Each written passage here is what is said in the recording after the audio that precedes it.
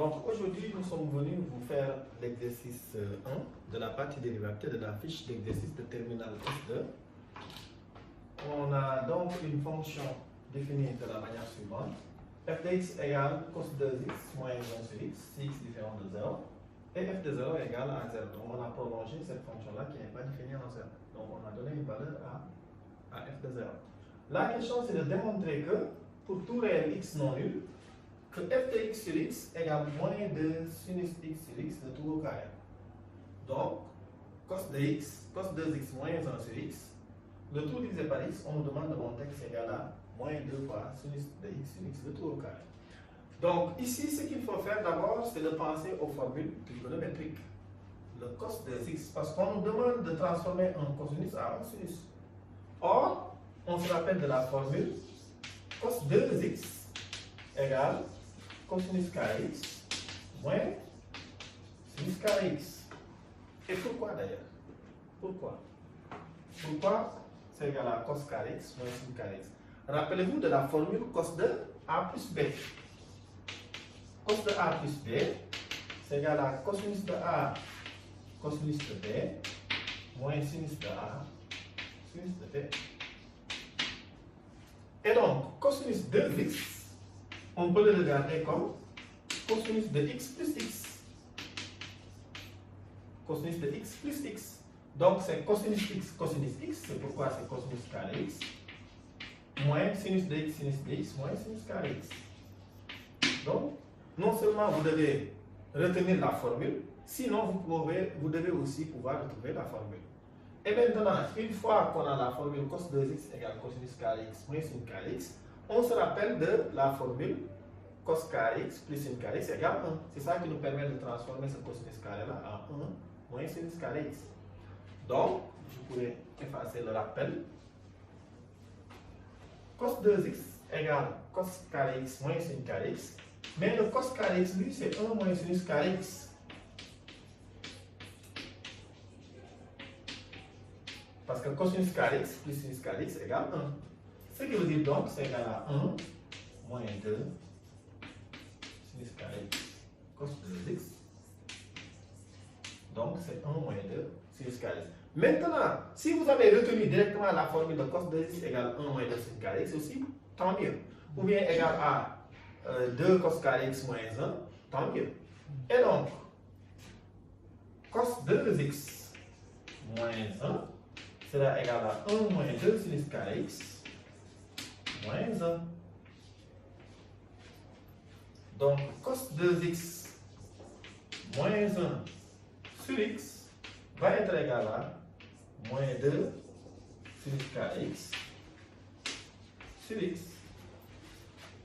Et donc, f de x, égale moins 2 sinus carré x sur x. Par conséquent, f de x sur x va être égal à moins 2 sinus carré x sur x sur x. Et quand on divise les deux dénominateurs, quand on divise une fraction par un autre nombre, on multiplie les deux dénominateurs. Donc, f de x sur x est égal à moins 2 sinus carré x sur x au carré. Et voilà ce qu'on nous demandait de démontrer. Je rappelle. Donc, tout commence par la formule cos 2x, qu'on peut retrouver avec cos de x plus x à partir de la formule cos de a plus b. Ou bien, soit on passe par là, on retrouve la formule, ou bien on connaît la formule cos 2x en fonction de sin carré x, on remplace. Et une fois que c'est fait, le reste c'est juste une petite calcul. Donc, pour la première question, on a bien que f de x sur x égale moins 2 sinus carré x sur x. On va voir pourquoi on nous demande de faire ça. Et je vous rappelle toujours, dans un exercice, tant qu'il n'y a pas une information nous disant que les questions sont indépendantes, sachez que les questions sont dépendantes. Et parfois, toutes les questions préparent la dernière question ou bien la conclusion finale. Donc regardons maintenant la deuxième question.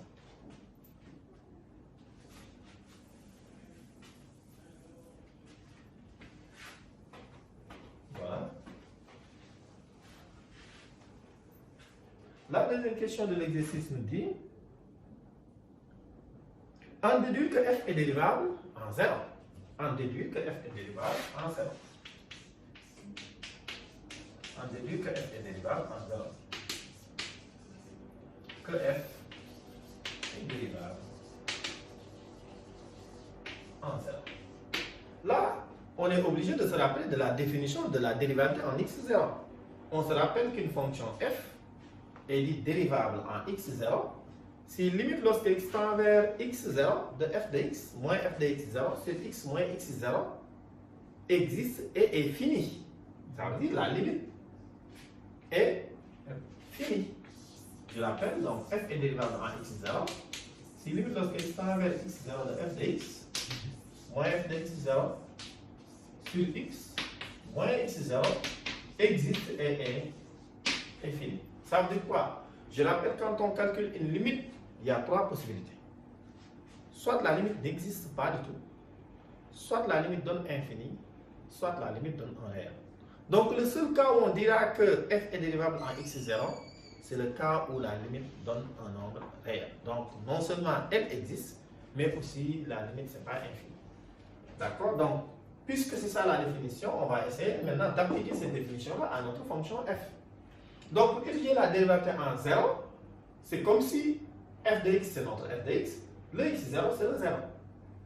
Donc, on va calculer limite lorsque x tend vers 0 de f de x moins f de 0 sur x moins 0 pour voir ce que ça va donner. Or, on nous a dit que f de 0 égale 0. Ça, c'est la définition de la fonction. Et 0 aussi, c'est 0. Donc ça revient à calculer la limite lorsque x tend vers 0 de f de x sur x. Et c'est là où la première question nous aide. Parce qu'on sait que f de x sur x, c'est moins 2 sin carré x sur x. Ou bien, comme il l'a dit d'ailleurs, moins 2 sin x sur x, le tout au carré. Donc, il l'a dit comme ça d'ailleurs. Ainsi, comme f de x sur x, c'est f de x sur x, je remplace f de x sur x par sa valeur. Donc, j'aurai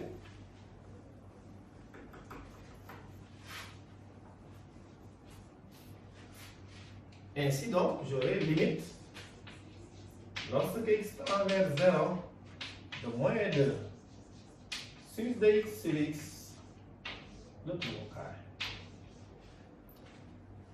Il est clair que quand je remplace directement, comme sinus de 0 c'est 0, 0 c'est 0, je risque d'avoir 0 sur 0, c'est une forme indéterminée. Mais heureusement, il y a les limites usuelles des fonctions trigonométriques. D'ailleurs, même, on va mettre une parenthèse pour rappeler les limites usuelles. Rappelez-vous que limite lorsque x tend vers 0 de sinus de x sur x égale 1. Limite usuelle. Si on veut soulever des formes indéterminées pour les limites trigonométriques, il faut utiliser les limites usuelles. Ça, il faut le retenir. Et donc, contrairement aux fonctions polynômes, fractions rationnelles, où il y a factorisé par x carré ou le monome de plus haut degré simplifié par ci, multiplié par l'expression conjuguée, pour les limites trigonométriques, les fonctions circulaires, pensez aux limites usuelles. Penser aux limites usuelles ne veut pas dire que quand j'ai une forme indéterminée, je dois coûte que coûte avoir une limite usuelle. Mais il faut garder une sur les limites usuelles. Je rappelle une autre limite usuelle. Limite lorsque x tend vers 0 de 1 moins cos x sur x égale 0. Autre limite usuelle. Limite lorsque x tend vers 0 de 1 moins cos x sur x au carré égale 1 demi. Quand on dit limite usuelle, toutes ces limites-là, si je les calcule, j'aurai 0 sur 0. Sin de 0 c'est 0, 0. 1, cos de 0 c'est 1, 1 moins 1, 0 sur 0. 1 moins 1, 0, 0 au carré c'est 0. Donc c'est des limites qui, telles que si je les calcule directement, j'aurai des formes indéterminées. Autre limite usuelle,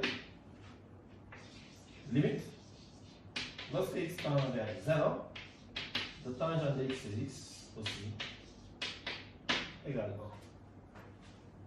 Donc, une fois que vous avez bien retenu, je vous donne une extension, en fait, d'autres limites usuelles qui ne découlent que toujours de cette limite usuelle centrale qui est sin de x sur x égale 1. Donc, j'efface pour vous donner d'autres limites usuelles. Comme ça, vous allez les retenir. Il faut impérativement retenir les limites usuelles. Donc, on va revenir tout à l'heure dans une autre vidéo pour les calculs de limites trigonométriques. Comme ça, vous allez voir. Surtout quand il y a à faire des changements de variables, etc. Autre limite usuelle à retenir, limite lorsque x tend vers 0, le sinus de alpha x sur x égale alpha, quel que soit le réel alpha. Quel que soit le réel alpha. Et plus généralement, limite lorsque x tend vers 0, le sinus alpha x sur tangente bêta x égale alpha sur bêta avec alpha et bêta bien réel. Si alpha égale 0, on a juste un nombre réel. Voilà. Donc ça, il faut le retenir. Et une fois que vous avez retenu les limites usuelles, on va regarder parmi toutes ces limites usuelles, on voit bien que c'est sin x sur x qui nous concerne. Donc allons-y, ça c'était un petit rappel pour que vous reteniez les limites usuelles trigonométriques. Voilà. Donc, puisqu'on sait que lorsque x tend vers 0, on va le dire, comme limite lorsque x tend vers 0, le sinus de x sur x égale 1, virgule, alors, limite, lorsque x tend vers 0, de f de x sur x va être égal à moins 2 fois 1 au carré. Donc, limite, lorsque x tend vers 0, de f de x moins f de 0 sur x moins 0 égale moins 2 appartenant à 4.